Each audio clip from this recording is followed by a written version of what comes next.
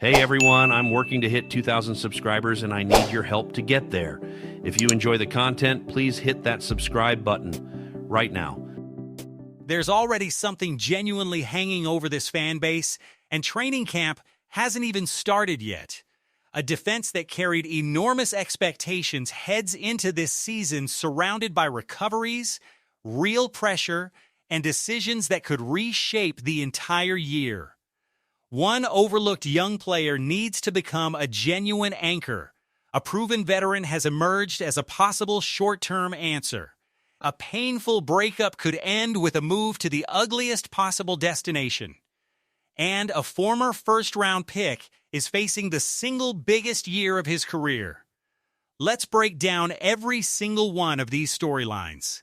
Let's start with a name that hasn't gotten nearly enough attention: Alfred Collins. He might be the least talked about player from last year's draft class, but he could end up becoming exactly the player this defensive line needs most. When this front office selected him in the second round, nobody expected a flashy, highlight reel pass rusher. This was a massive, powerful, disciplined run defender who understood how to win with pure leverage. He didn't need to show up in every highlight package.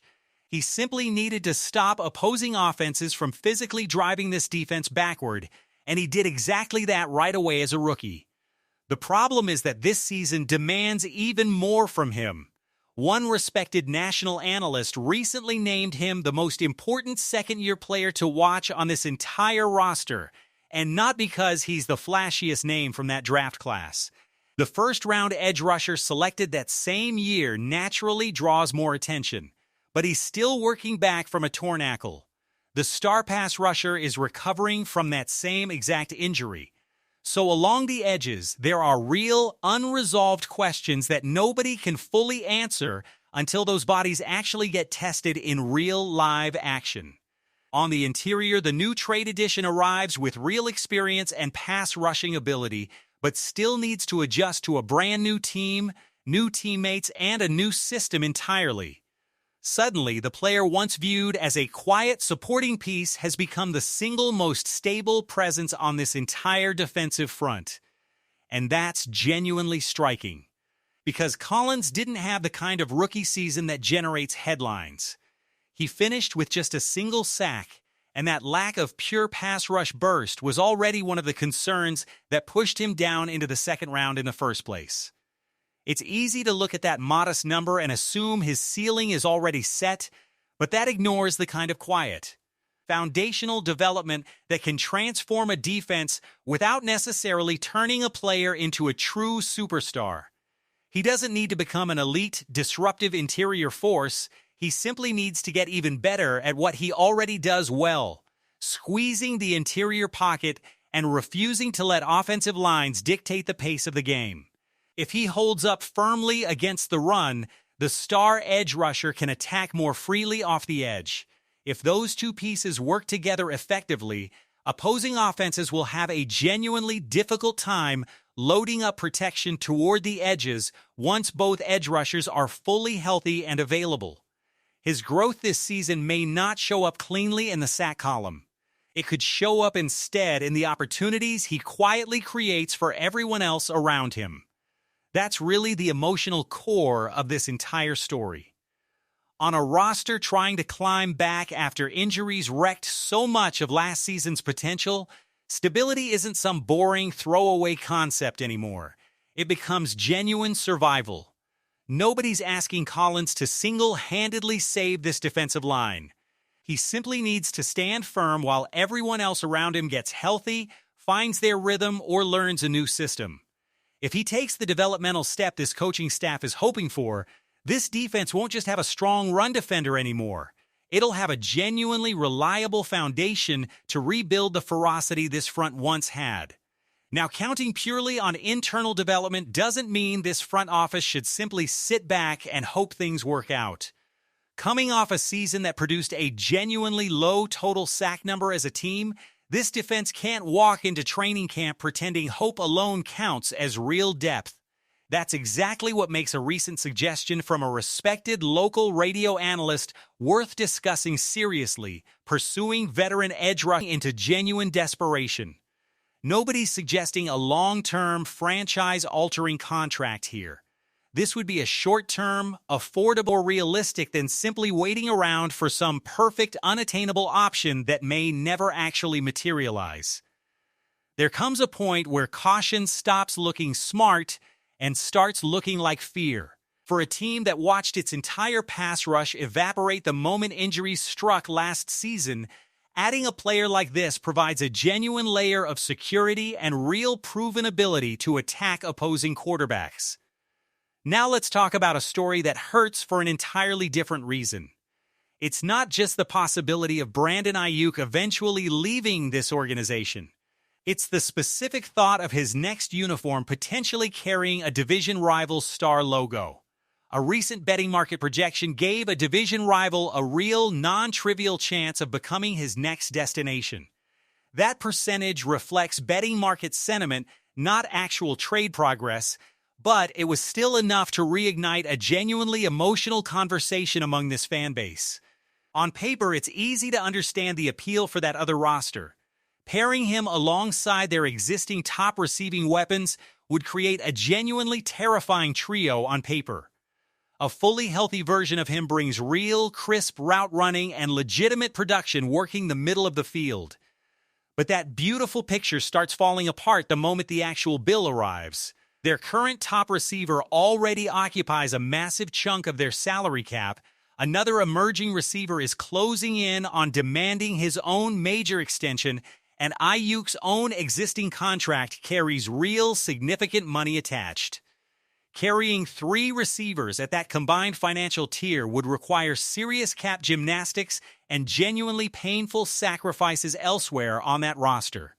They can love the talent all they want without necessarily being able to construct a deal that actually works financially.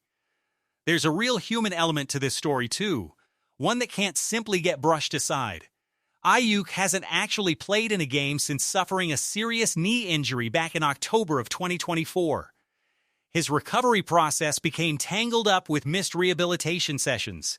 This organization's decision to void a significant chunk of his guaranteed money and the public unraveling of the overall relationship.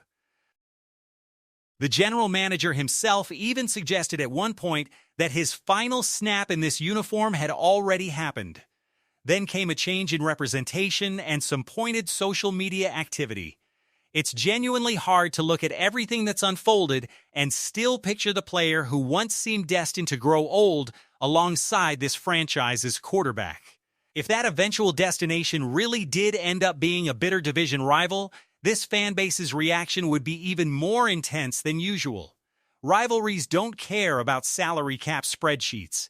Watching a former homegrown star try to rebuild his career wearing that specific uniform would carry real emotional weight no draft compensation could fully offset. But defending this organization's actual decision-making also means separating raw memories from cold, practical business realities. If that relationship genuinely reached the breaking point it's been described as reaching, simply keeping him around purely to prevent a rival from acquiring him doesn't actually fix this offense. This front office needs to pursue whatever outcome best protects its resources and its locker room chemistry. Full stop. Realistically, the practical obstacles working against that specific rival scenario remain enormous, and any seriously interested team will likely wait for more clarity on both the financial terms and his actual health status before making a real move. And finally, there's a storyline that captures the mixture of real hope and real fear better than almost any other on this roster: Mykel Williams. The 11th overall pick in last year's draft entered the league carrying real expectations of becoming a true defensive centerpiece. Then a torn ankle cut his rookie season short at the midway point, and he finished with modest tackle and sack totals that don't tell the complete story, but also don't reduce the very real pressure now sitting on his shoulders heading into this season. One respected national analytics site recently named him one of the 10 second-year players around the league facing the most pressure to perform, which makes complete sense given the premium draft capital invested in him and this defense's genuine need to rebuild a pass rush that graded near the bottom of the entire league last season. But expecting real improvement doesn't mean demanding a surgically repaired knee. Follow the emotional timeline this fan base might prefer. That balance genuinely matters here. He doesn't need to come back and instantly become a fully formed elite pass rusher on his very first live snap. His value starts with his strength against the run, his ability to consistently set the edge, and his discipline taking on blockers. If his explosiveness returns gradually and naturally over the course of the season, he can take real advantage of the favorable one-on-one matchups created by the attention the star edge rusher commands and the interior pressure the new trade addition provides. That's genuinely how a dominant defensive front comes together, not through 4 players all trying to win in the exact same way, but through each piece forcing opposing protection schemes to solve a completely different problem simultaneously. Availability itself has become part of his overall evaluation too. This defense watched injuries tear through its depth all throughout last season, entering the playoffs without nearly enough healthy reinforcements to survive the damage, a reality that showed up painfully in a divisional round playoff exit. So his second season won't get judged purely on sack totals. It'll get measured by how much genuine confidence he can help restore to this entire unit. Can he consistently hold the edge? Will his acceleration fully return to pressure quarterbacks from the outside? How does his body respond as his snap count naturally climbs? Every positive answer to those questions gives this coaching staff more scheme flexibility with the star edge rusher and helps prevent the interior from becoming overloaded with responsibility. So there you have it, faithful. 4 genuinely important storylines that could define whether this defense climbs back to its true ceiling this season. A quietly essential run defender who needs to become this front's true foundation. A realistic, affordable veteran option sitting right there on the open market. A painful, still unresolved breakup with real financial and emotional stakes attached.